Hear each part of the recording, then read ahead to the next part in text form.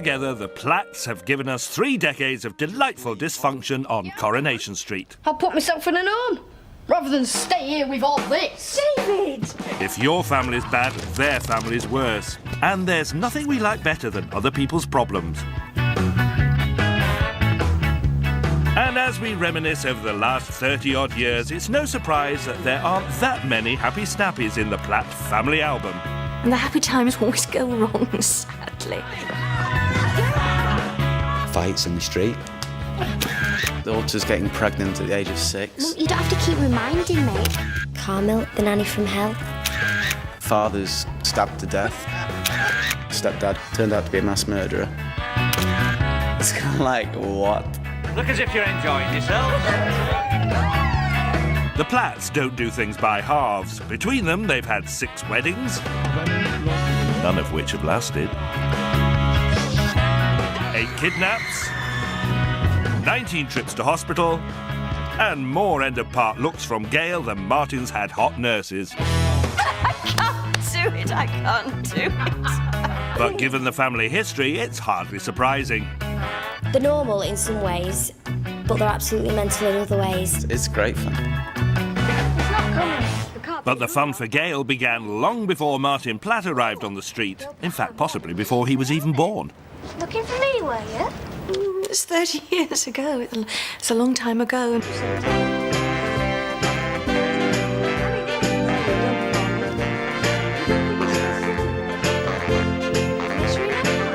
With moves like that, it wasn't long before Gail Potter got her hooks into the street hunk. Chris Quinton, he played Brian. We're engaged, Gail and me. You what? I said we're engaged, ma'am. And got right up Ivy Tilsley's nose. Ivy Tilsley, my goodness, what a character she was. That what it The is. Queen Mother of all mother-in-laws reigned supreme on Coronation Street for 23 years. So, she's not gone out yet. I want to see Gail. I want to see Gail. Thanks very much. But while Poison Ivy thrived, the life of Brian was quite literally cut short. And Gail was left to ponder life alone in Coronation Street. But not for long. It was nearly 20 years ago when Mr. Platt first walked into Gail's life. Back then, Gail was still pregnant with Brian's daughter, Sarah Louise, and Martin had a really bad mullet. Thank you. But it was 4 years later that things got serious. I was just throwing the script in the green room. I was just flicking through what I had to do. And of course, I didn't know what was to come until I read it in the script. And suddenly the script said, Gail smiles at Martin. I thought, no, I don't want to smile at Martin. No reason to.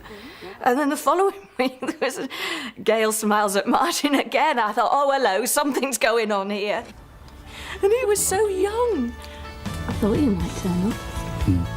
I think the kiss came as a surprise to Gail and to Martin and to the viewers. Hey, lucky Gail. Keep away from The 10-year age gap turned more than a few heads in Weatherfield. Gail Tilsley, the local cradle snatcher. But against all odds, Gail and Martin vowed to stay together forever and live happily ever after. Yeah, right. They were happy times. They were happy times. Could only happen to us. In Coronation Street, there's always trouble in paradise, and after 3 years of wedded bliss, it was high time that those Platts got a bit of a wake-up call. Enter super nanny Carmel Finnan. Hey, Carmel. The first rule of being the older woman is don't invite a younger woman into your home, Except me. especially if she's hell-bent on stealing your husband. He's the biggest kid of the lot. I think we did know that she was going to be the nanny from hell. She was a weird, sick, twisted witch who tried to steal Martin Platt away from Gail Platt. She does a kind of femme fatale act. And I have to say, with the most awful clothes I had to wear, how's anyone supposed to seduce anyone? In a purple jumper. Very seductive. After moving into the family home, Carmel's next move was into the marital bed. Unbeknownst to Gail. And to Martin.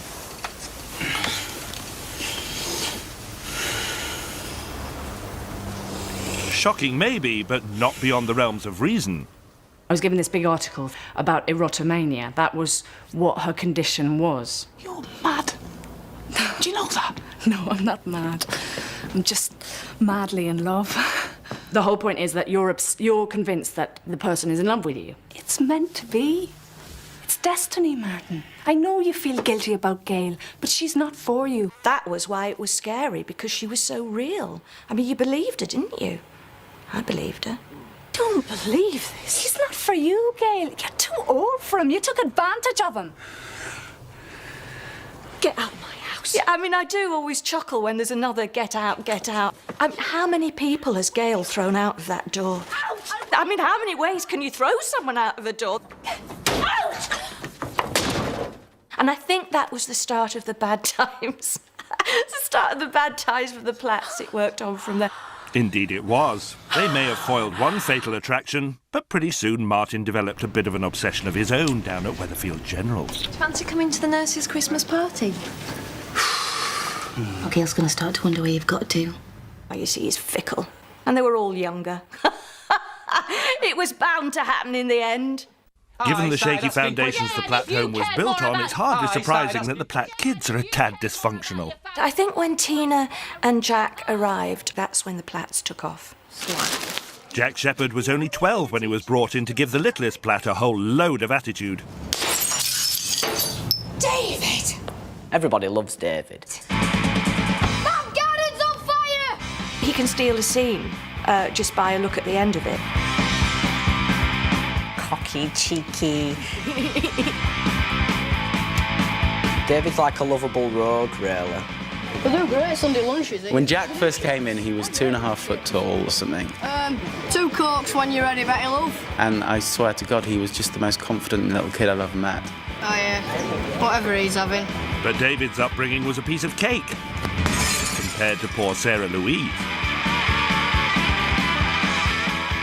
Tina did arrive for the teenage pregnancy storyline. Pregnant?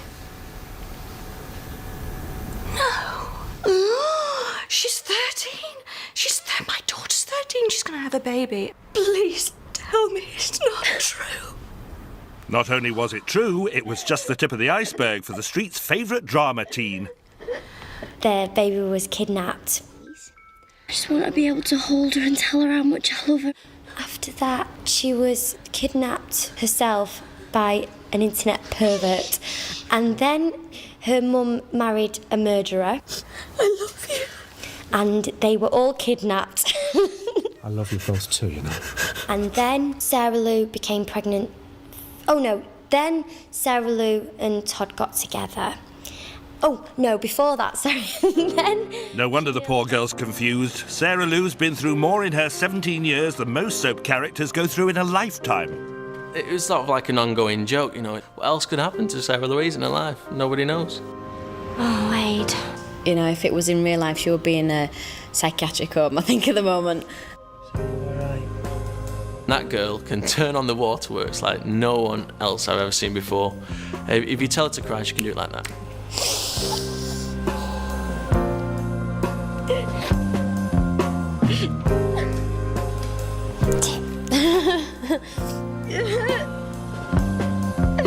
There was one scene, actually, it was at Billy's funeral. And they went cut, and she had just gone, and this poor girl was just... She just couldn't stop, and it took about 15 minutes.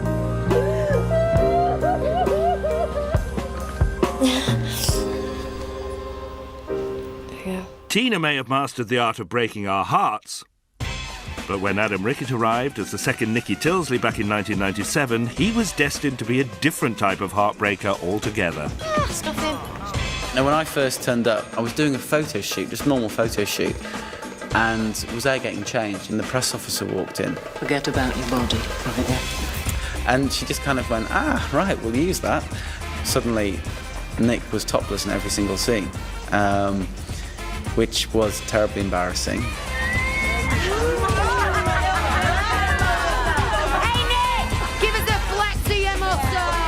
They think it's to titillate the young viewers, but I think you'll find it's the older ladies that possibly like it. It's the jealous wife. Jealous wives, though, weren't a problem for Nick. His problem was the jealous mother. I mean, Nick could have come home with, you know, the Virgin Mary, and Gail would have still said, you know, why's your hair that long? It's Leanne we're talking about. She's the only one I object to, and you know it. As Gail's golden boy got together with the street's good time girl, suddenly things started to feel strangely familiar. Gail, in the early days, Ivy'd always be on her back that she wasn't good enough for Brian. Now, look here, Ivy. I know you think he can't do any wrong, but I'm the one that's all for soldiering on, and he's the one... And when Leanne and Nick got together, Gail was saying that Leanne was no good for Nick.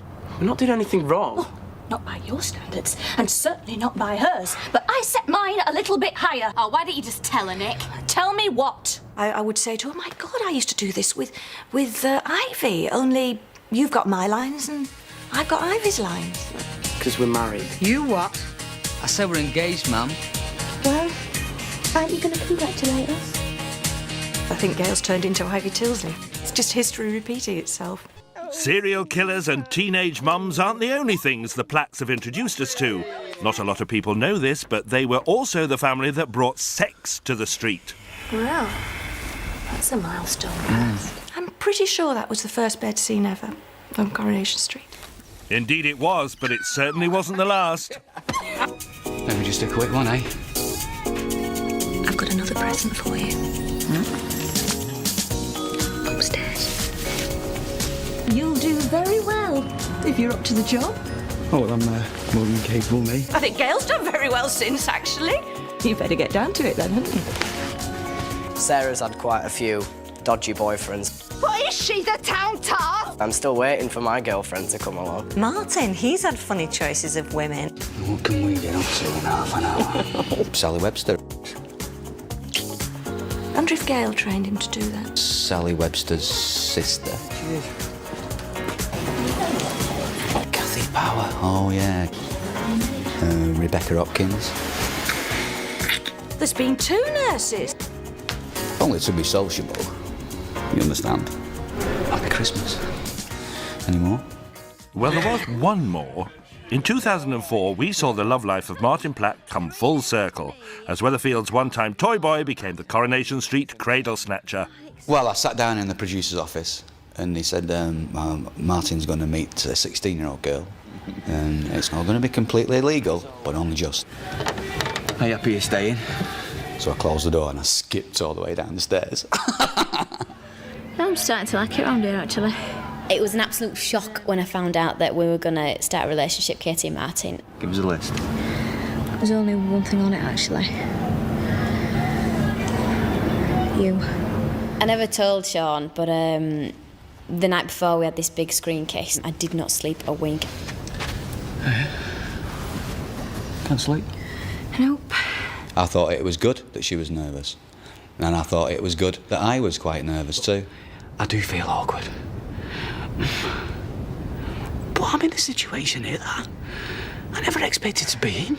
I think it created the right reaction. In true Corrie style, Martin's midlife crisis wasn't with just anyone's daughter, it was his best mate.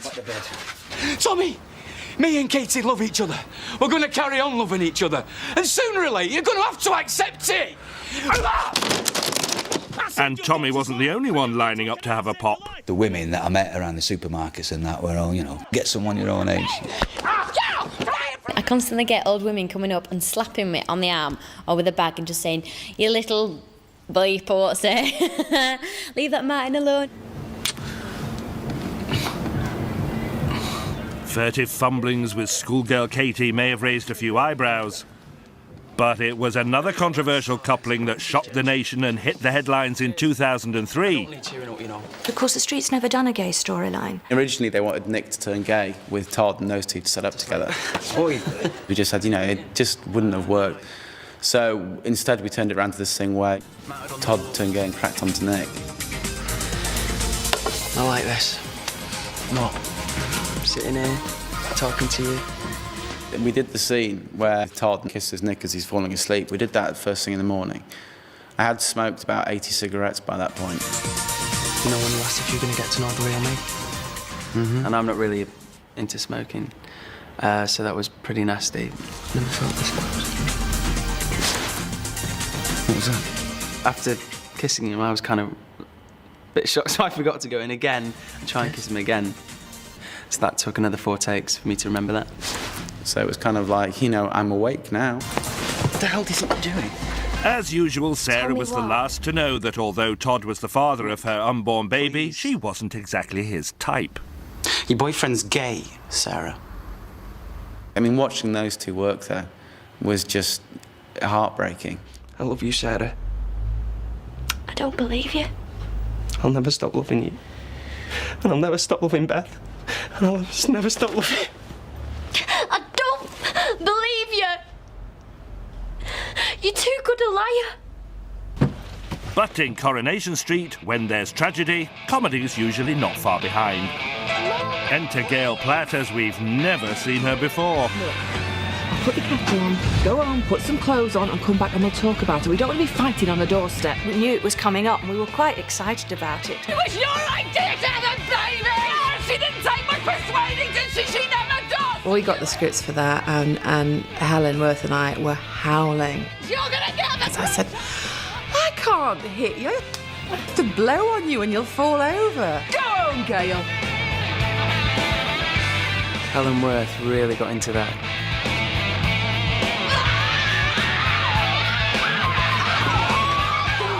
She scared me. I think even Sue Cleaver was a bit shocked. Kid of yours has been dropping grandkids since he was 13! It was quite hard work, actually, but every moment of it enjoyable. I mean, I don't know if that's the first fight she's ever had on the street, but she's damn well made up for it. Shut up! What's going on? Oh, he's the other one! The rest of the village people! It really was all of Gail's frustration coming out from the last 30 years. You stay away from my family. All of them. Sarah and Nick. Go home, Gail. And David, come to that. Is he next on your list? Go home, Gail. Sarah needs you. Well, she doesn't need you. That's the thing about those Platts. They can say what they like about each other, but if anyone else tries to come between them, they don't stand a chance. Friendship? Don't be all day. We'll be quick. Anyone, that is, except Richard Hillman, who got his feet under the Platts table back in 2002. Can we start? Yes. The hunky-funky housewife's choice seemed too good to be true. And indeed he was. Killing the neighbours was bad enough, but his coup de grace was even closer to home. What he did was totally split up the family. You won't see what he's like, I see what you're like. You're mad. You're flaming crackers. Will you stop it, both of you? The worst thing he did was actually to be on her side, or pretend to be on her side. All any of us has done is try to help her. It happens, Gail. Believe me, in these kind of cases it happens. It's a classic symptom of dementia. Don't mess it up too much. There wasn't a trick in the book our Dick didn't try to make it look like the mother-in-law had lost her marbles.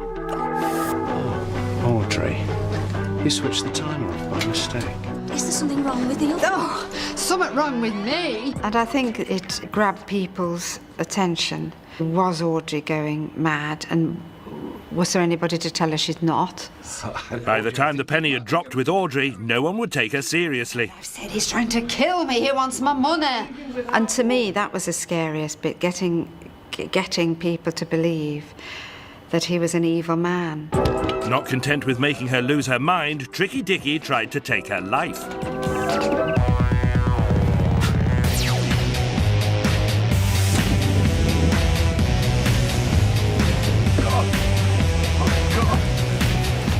And just when it seemed like all was lost, it was the great British public who came to the rescue.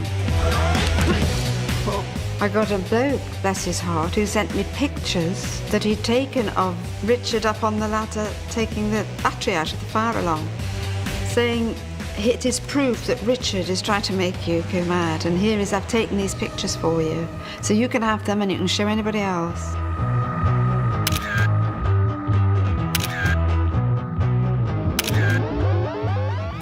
So I did. I showed the producer, and that's how we caught Richard Hillman. Whilst Audrey pulled herself together, Richard started crumbling like the crust on Betty's hot pot.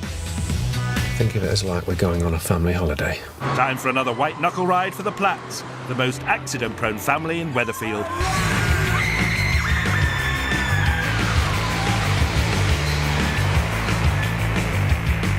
There's always trouble somewhere brewing for the Platts. Playing a Platt in Coronation Street is clearly not something to be taken lightly, as Tina O'Brien found out when she took a terror trip with bad boy Aid Critchley back in 2002. I'm sat there like this, you know. All of a sudden you find yourself in an upside-down car, and Tina was really, really scared. The whole car just creaked really loudly. I just freaked out and went, oh no, stop, stop, stop. And in 2004, it wasn't just Nick's life at risk in the Underworld factory fire. I could feel my hair starting to burn. The director obviously really liked it, and he was there like, keep rolling. I think it probably comes in the contract that if you are part of the Platt family, you will at some point in your life end up in hospital. Thankfully, the Platts are very much alive and kicking and continuing to take Coronation Street to places it's never been before. I'm sure, you know, the writers just sit there up in the room and sort of say, right, who can we have go off the rails this week? I know, a Platt. So who knows what the future will hold for those lovable Platts? But one thing's for sure, you'd never want their snapshots in your family album.